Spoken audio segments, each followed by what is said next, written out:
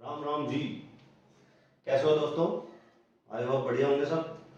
चलिए, आज जैसे कि हम सीरीज में चल रहे हैं बिजनेस फाइनेंस के, हम टॉपिक करते जा रहे हैं। इससे पहले जो क्लास में हमने डिस्कस किया था, ठीक है, उस टॉपिक का नाम था कैपिटल बस्टिंग। ठीक है, कैपिटल बस्टिंग के अंदर हमने एक टॉपिक आपको कराया था पे बैक पीरियड। ठीक है, तो पे बैक पीरियड के सारे मेथड हमने करा दिए थे, हर तरह के क्वेश्चन आपको करा दिए। ठीक है, आज जो नया टॉपिक आपके लिए लेके आए हैं उसका नाम है लीवरेज। ठीक है, लीवरेज को हिंदी में बोलते हैं उत्तोलक। ठीक है, अब पहले इस लीवरेज का मतलब समझते हैं। एक्चुअली इसका मतलब थोड़ा सा अजीब हो जाता है कि कैसे ये उत्तोलक वर्ड जो है, हिंदी में इसको उत्तोलक बोलते हैं, कैसे ये उत्तोलक वर्ड कॉमर्स में आ गया। क्योंकि उत्तोलक वर्ड जो है वो साइंस का वर्ड है, टूल साइंस का। ठीक है, यांत्रिकी विज्ञान का। जो यांत्रिकी विज्ञान के अंदर होता है लीवर, वहीं पे आपने पढ़ा होगा। लीवर का मतलब क्या होता है? लीवर का मतलब होता है कोई चीज, या कोई ऐसा हैंडल या कोई ऐसा लीवर जिस पे थोड़ा सा बल लगाने से किसी और चीज पर बहुत ज्यादा सा बल लग जाता हो। ठीक है, फॉर एग्जाम्पल मैं इसका एग्जाम्पल आपको देता हूं। जैसे कि गेट के अंदर लगा हुआ हत्था, जिससे हम गेट को खोलते और बंद करते हैं, वो एक तरीके से उत्तोलक ही है। क्योंकि हम उस हत्थे पे जरा सा थोड़ा सा बल लगाएंगे और वो पूरा गेट खुल जाएगा, बड़ा गेट, है ना। ऐसे ही आपने देखा होगा बड़ी बड़ी क्रेन्स वगैरह होती है, क्रेन क्रेन होते हैं, क्रेन और बुलडोजर वगैरह होते हैं। ये सारे अंदर बैठा हुआ एक आदमी क्या करता रहता है? अंदर बैठा हुआ एक आदमी चलाता रहता है। बहुत बड़ा बड़ा वजन, पत्थर पहाड़ उठा लेती है वो, और क्रेन बहुत बड़े बड़े मकान बुलडोजर ऐसे तोड़ देते हैं, है ना। तो अंदर से क्या करता है, वो जितने भी वो हैंडल्स वगैरह होते हैं उन सबको लीवर ही बोलते हैं। तो वो क्या कर रहा है, अंदर उस लीवर पे हल्का सा बल लगाया और बाहर वो क्रेन बहुत बड़े बड़े काम कर रही है, बहुत बड़े बड़े बल लगा रही है। ठीक है, ये चैप्टर भी कहीं ना कहीं हमारा बल से ही संबंधित। बल का मतलब होता है फोर्स। ठीक है, फोर्स, समझ में आई बात? तो ये चैप्टर भी हमारा फोर्स से ही रिलेटेड है। अब कैसे जी फोर्स से रिलेटेड है?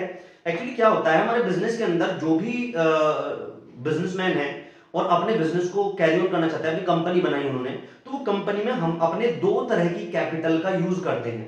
दो तरह की कैपिटल का।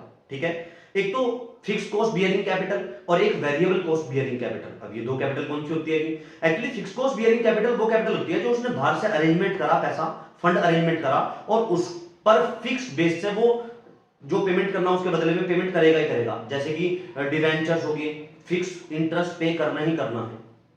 ठीक है, लोन ले लिया, फिक्स इंटरेस्ट पे करना ही करना है। Preference share capital, fix dividend pay करना ही करना है। तो ये क्या हो गई? फिक्स कॉस्ट बियरिंग कैपिटल बोलते हैं इसको। दूसरा वेरिएबल कॉस्ट बियरिंग कैपिटल में इक्विटी शेयर आ जाते हैं हमारे, और रिटेन्ड अर्निंग आ जाती है हमारी। इनको बोलते हैं वेरिएबल कॉस्ट बियरिंग कैपिटल। मतलब क्या है इसका? मतलब ये कि अगर कम पैसा बचेगा तो हम इनको डिविडेंड के रूप में कम दे देते हैं इक्विटी वालों को, और ज्यादा पैसा बचेगा ज्यादा दे देते हैं। कभी बचा ही नहीं पैसा तो कुछ भी नहीं देते, है ना। तो इसके लिए क्या करते थे? इसी के लिए हम जो बिजनेसमैन होते थे वो ऐसा तालमेल बैठाने में कुछ कभी कभी गड़बड़ हो जाती थी कि यार कौन सी कैपिटल को ज्यादा रखी जाए, fix cost bearing capital, variable cost bearing capital, है ना। तो उससे क्या होता था, बहुत सारे जो टॉपिक थे वो बहुत सारे टॉपिक उनको यूज करने पड़ते थे। उनके बावजूद भी उनका कैपिटल स्ट्रक्चर खराब हो जाता था और वो नुकसान झेल देते थे। उनको नुकसान हो जाता था इसकी वजह से कि हमारा कैपिटल स्ट्रक्चर तो खराब हो गया। ठीक है, उन सबकी दुविधाओं को दूर करने के लिए, उन सारी समस्याओं को दूर करने के लिए इस चैप्टर को बनाया गया है। चैप्टर का नाम है लीवरेज यानी उत्तोलन। यहां आपको पता चल जाएगा कि हमें परिवर्तन करना कहां है, चेंज करना कहां है। वहां से चेंज होते ही तुरंत अगली किसी चीज पे इफेक्ट पड़ेगा। ठीक है, तो समझते हैं लीवरेज। ठीक है, आई होप मीनिंग तो समझ आ गया होगा आपको लीवरेज का। तो लीवरेज का मतलब क्या होता है? लीवरेज एक ऐसी टेक्निक है जिसके माध्यम से हम किसी एक चीज के अंदर परिवर्तन करके किसी अन्य चीज पर देखते हैं कितना प्रभाव पड़ा, कितना चेंज हुआ। तो एक चीज में चेंज होने से दूसरी चीज में कितना चेंज होगा, उसी के परसेंटेज वगैरह को जो कैलकुलेट करेंगे, टाइम्स में जो कैलकुलेट करेंगे, वही लीवरेज होता है। ठीक है, उसके लिए सबसे पहले आपको क्या समझना पड़ेगा? सबसे पहले आपको एक छोटा सा इनकम स्टेटमेंट समझना पड़ेगा। ये इनकम स्टेटमेंट बना रखा है मैंने। ठीक है, सबसे पहले क्या होती है? सेल्स। सेल्स लिख दी हमने। सेल के बाद क्या करते हैं? उसमें से वेरिएबल कॉस्ट घटाते हैं। वेरिएबल कॉस्ट सबको पता होगा। वेरिएबल कॉस्ट वो कॉस्ट होती है जो सेल के साथ, प्रोडक्शन के साथ घटती बढ़ती है। वेरिएबल वेरी होती रहती है, उसको वेरिएबल कॉस्ट बोलते हैं। जो प्रोडक्शन ज्यादा करोगे तो ज्यादा आएगी, कम करोगे तो कम आएगी, उसी को बोलते हैं वेरिएबल कॉस्ट। तो सेल में से वेरिएबल कॉस्ट घटाने पर, लेस करने पर कंट्रीब्यूशन होता है। ठीक है, कंट्रीब्यूशन प्राप्त होता है हमें। कंट्रीब्यूशन के अंदर से फिक्स कॉस्ट जब हम लेस कर देते हैं तो वो जो बच के आता है उसको बोलते हैं ईबीआईटी। ईबीआईटी मतलब earning before interest and tax. Earning before interest and tax यानी कि ऑपरेटिंग इनकम। एक ऐसी इनकम जिसके अंदर से अभी ना तो इंटरेस्ट घटाया गया ना अभी टैक्स घटाया गया, बस दो खर्चे अभी इसके अंदर से नहीं घटाए गए। तो अब क्या, ईबीआईटी में से इंटरेस्ट घटा दिया जी, तो इंटरेस्ट घटाने के बाद क्या बचा? अर्निंग बिफोर टैक्स, क्योंकि इंटरेस्ट तो घट चुका है। अब अर्निंग बिफोर टैक्स में से भी टैक्स आप घटा देंगे, लेस कर देंगे, तो ये हमारे पास जो अब आया इसको बोलते हैं EAT, earning after tax. Earning after tax का मतलब कि इसमें से इंटरेस्ट भी घट चुका और इसमें से टैक्स भी घट चुका। अर्निंग आफ्टर टैक्स में से क्या करते हैं हम, प्रेफरेंस डिविडेंड घटाते हैं। प्रेफरेंस डिविडेंड क्यों घटाते हैं, क्योंकि इक्विटी और प्रेफरेंस वालों में से पहले प्रायोरिटी किसकी होती है, प्रेफरेंस डिविडेंड की प्रायोरिटी होती है, इसलिए पहले प्रेफरेंस डिविडेंड घटाया जाता है। तो प्रेफरेंस डिविडेंड पे करने के बाद जो अर्निंग बचती है उसको बोलते हैं earning available for equity share holder. Earning available for equity share holder यानी इक्विटी शेयर होल्डर के लिए बची हुई कमाई, समझ आई बात। और आज याद रखेंगे आप कि इसी earning available for equity share holder को जब आप नंबर ऑफ इक्विटी शेयर से डिवाइड कर देते हैं तो यह रहती है ईपीएस, मतलब अर्निंग पर शेयर, कि एक शेयर के ऊपर कितनी कमाई हो रही है, एक शेयर के ऊपर कितनी कमाई हो रही है उसको बोलते हैं अर्निंग पर शेयर। तो ये कैसे निकल के आती है, सारा खर्चा पे करने के बाद, इंटरेस्ट, टैक्स, प्रेफरेंस डिविडेंड सब कुछ पे करने के बाद जो कुछ बचा वो सारा किसका है, इक्विटी शेयर होल्डर्स का। ठीक है, तो इक्विटी शेयर होल्डर्स के लिए जो भी बची है अर्निंग, उस अर्निंग को नंबर ऑफ इक्विटी शेयर से आप डिवाइड कर देंगे तो आपको ईपीएस प्राप्त हो जाएगा, यानी अर्निंग पर शेयर। ठीक है, ये मैंने पूरा इनकम स्टेटमेंट आपको बना दिया, ये और भी चैप्टर्स में आपके काम आएगा, बिजनेस फाइनेंस, फाइनेंशियल मैनेजमेंट है ना, मैनेजमेंट अकाउंटिंग, ये सब चीजों में काम आएगा आपके। ठीक है, चलिए अब वो इनकम स्टेटमेंट समझने के बाद अब आते हैं हम अपने लीवरेज के ऊपर। लीवरेज का मीनिंग मैं समझा चुका, आप समझते हैं लीवरेज कितने प्रकार का होता है, कितने टाइप के होते हैं लीवरेज। तो लीवरेज तीन तरह के होते हैं, ऑपरेटिंग लीवरेज, फाइनेंशियल लीवरेज और combined leverage. Operating leverage, financial leverage और कंबाइंड लीवरेज। ऑपरेटिंग लीवरेज को हिंदी में बोलते हैं परिचालन उत्तोलक, परिचालन उत्तोलक। ठीक है, इसको बोलते हैं वित्तीय उत्तोलक। फाइनेंशियल लीवरेज को क्या बोलते हैं, वित्तीय उत्तोलक। और जो कंबाइंड होता है वो इन दोनों का कॉम्बिनेशन होता है, इसको बोलते हैं संयुक्त उत्तोलक, दोनों का कॉम्बिनेशन होता है। ठीक है, तो चलिए इसका फॉर्मूला देख लेते हैं हम कि कैसे ऑपरेटिंग लीवरेज को हम कैलकुलेट कर सकते हैं। अभी मैं बताऊंगा भी आपको कि ऑपरेटिंग लीवरेज कैलकुलेट करने का रीजन क्या है, वो भी बताया जाएगा। फिलहाल आप इसका एक फॉर्मूला देखेंगे, तो फॉर्मूला क्या है, फॉर्मूला है contribution upon EBIT. Contribution upon EBIT, contribution upon EBIT वो रहा कंट्रीब्यूशन। जब आप सेल्स में से वेरिएबल कॉस्ट लेस कर देंगे तो कंट्रीब्यूशन बचेगा, और कंट्रीब्यूशन अपॉन ईबीआईटी, अब कंट्रीब्यूशन में से फिक्स कॉस्ट लेस कर देंगे, ईबीआईटी आ जाएगी। ठीक है, तो ये आ जाएगा contribution upon EBIT, contribution upon EBIT. तो ये आपका ऑपरेटिंग लीवरेज का फॉर्मूला है, ये फॉर्मूले से आपका ऑपरेटिंग लीवरेज प्राप्त हो जाएगा। अभी बस 2 मिनट का आप वेट करेंगे, आपको बताया भी जाएगा कि क्यों कैलकुलेट कर रहे हैं हम। उसके बाद आ जाओ फाइनेंशियल लीवरेज के ऊपर। फाइनेंशियल लीवरेज के ऊपर जब हम आ जाएंगे तो फाइनेंशियल लीवरेज का फॉर्मूला क्या होता है, फाइनेंशियल लीवरेज का फॉर्मूला होता है ईबीआईटी अपॉन ईबीटी, मतलब earning before interest and tax divided by earning before tax. ठीक है, ईबीआईटी को ईबीटी से डिवाइड कर दिया तो क्या आ जाएगा, हमारा फाइनेंशियल लीवरेज निकलकर आ जाएगा। ठीक है, आगे चलते हैं कंबाइंड लीवरेज। अभी जैसा कि मैंने बताया है कि कंबाइंड लीवरेज इन दोनों का मिश्रण है। मिश्रण का मतलब इन दोनों की आपस में मल्टीप्लाई कर दीजिए आप। तो जब आप आपस में मल्टीप्लाई करेंगे तो ईबीआईटी से ईबीआईटी कट ऑफ हो जाएगा, तो ये क्या बचा, contribution upon EBT, contribution upon EBT. तो ये आपका फाइनेंशियल लीवरेज का फॉर्मूला बच जाएगा। ठीक है, अब इन फॉर्मूले से हम लीवरेज कैलकुलेट कर लेंगे, लेकिन ये लीवरेज कैलकुलेट करें क्यों जा रहे हैं, मैंने अभी आपको क्या बताया था कि लीवरेज का मतलब क्या होता है कि एक चीज में परिवर्तन करेंगे, आप चेंज करेंगे, किसी और चीज में फर्क पड़ेगा। ठीक है, इसको आप बहुत इजी सी लैंग्वेज में समझेंगे कि आप ये देखिए कि ये मान लीजिए जल प्रवाहित हो रहा है, पानी बह रहा है, पानी भाई नदी का पानी, तो नदी का पानी जब बह रहा है ऊपर से नीचे की ओर बह रहा है ना, आप क्या करेंगे, अगर आप इसमें कोई चेंज करेंगे, अगर आप इसमें कोई चेंज करेंगे तो पक्की बात है इसमें चेंज हो जाएगा जरूर, इसमें चेंज करेंगे तो इसमें भी चेंज होगा, इसमें चेंज करेंगे तो इसमें चेंज होगा। यानी ऊपर आपने कोई चेंज किया तो वो बदला हुआ, आपने यहाँ पर कलर डाल दिया पानी में तो वो कलर यहाँ तक जाएगा, यहाँ तक जाएगा, यहाँ तक, यानी प्रभाव डालेगा या नहीं डालेगा, तो वो कलर क्या करेगा, ऊपर से नीचे की ओर जरूर आएगा। समझ आई बात आपके, तो कलर ऊपर से नीचे की ओर जरूर प्रभावित होगा। तो ऐसा ही हम इसमें क्या करेंगे, लीवरेज के अंदर पढ़ेंगे। तो देखिए जो ऑपरेटिंग लीवरेज है इसको पढ़ा क्यों गया, क्योंकि इसमें हम चेंज कैलकुलेट करेंगे कि किस चीज में चेंज की करने से किस चीज के अंदर चेंज हुआ है। ठीक है, तो करते हैं। तो देखिए, तो उसके लिए क्या करना पड़ेगा, आपको इसकी डिग्री पढ़नी पड़ेगी। डिग्री, अब ये क्या होती है जी डिग्री, अरे भैया डिग्री होती है इसको कैलकुलेट करने का एक माध्यम, एक तरीका कि इसको कैलकुलेट करा क्यों जा रहा है। तो कैलकुलेट करने के लिए इसमें समझेंगे हम percentage change in EBIT upon percentage change in cell.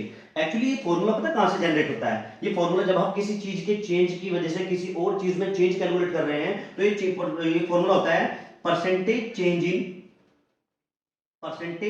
In dependent variable upon percentage change in independent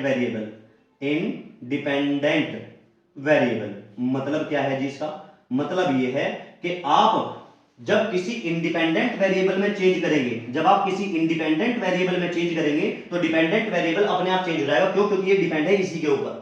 ऐसे ही वहां से आप करेंगे, सेल अपनी मर्जी से अपने मूड से चेंज होगी, या हम करेंगे तो सेल के चेंज होते ही अपने आप ईबीआईटी अपने आप चेंज हो जाएगा। इसलिए फॉर्मूला क्या बना? Percentage change in EBIT upon percentage change in sale. मतलब क्या है कि सेल में कितने परसेंट चेंज होने की वजह से ईबीआईटी में कितने परसेंट चेंज हुआ है। ठीक है, यानी अगर कोई आपसे डेफिनेशन पूछ ले what do you mean about operating leverage, तो आप तुरंत डिफाइन कर देंगे कि सेल के अंदर चेंज होने की वजह से ईबीआईटी में कितना परसेंट चेंज हुआ है, यही बताता है हमारा ऑपरेटिंग लीवरेज।